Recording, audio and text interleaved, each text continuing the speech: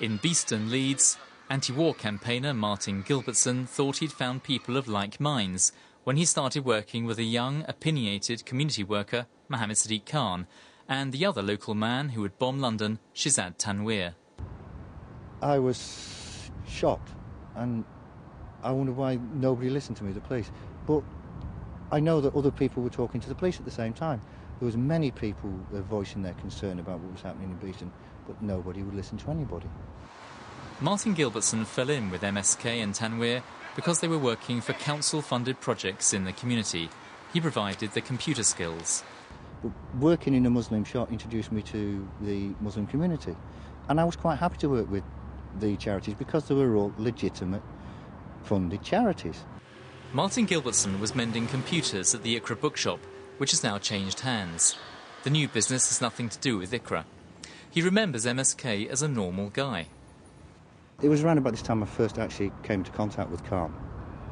It was not how do you do, Khan. He was in and out of the shop. He was also a helper for them. He would help people with their Learn Direct stuff. It's these horrific images to justify attacks on all Jews and Christians. He who fights so that Allah's law rules the world fights in Allah's cause. The man in Beeston who helped create the films decided to alert the authorities. I made copies of the discs. But what I did is I actually made sure that the copies of the discs were ones that were cut in Iqra. I then made a list out of who was actually regular in there and also other people in the area who were associated with them. Now, to protect myself, I put my name on that list. I was not worried at all about the police coming and arresting me, because if they had done that, I would have been able to talk directly to them without any fear, because it would look like they were investigating me for being anti-British or part of the anti-war movement. I took them down to the local police station, but when I asked to speak to somebody there, the desk sergeant said, post them. So I posted the discs off, hoping that they might do something about it. Mr Gilbertson believes the police may have raided the Iqra bookshop soon afterwards. Later, some of the radicals asked him to repair computers they said had been seized by the police and then returned. In early 2004, I was asked by people who worked at Hamara and Iqra to actually repair a laptop which they claim had been taken by the police.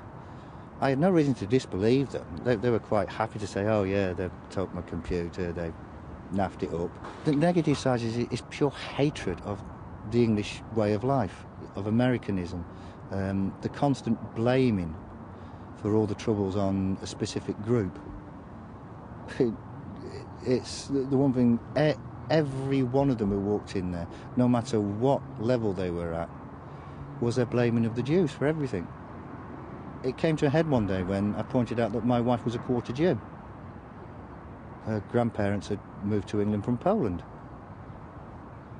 So I'm stuck there. And then it didn't change them. It was like because she was English, she was no longer that. But it did offend me that they would continually go on about it.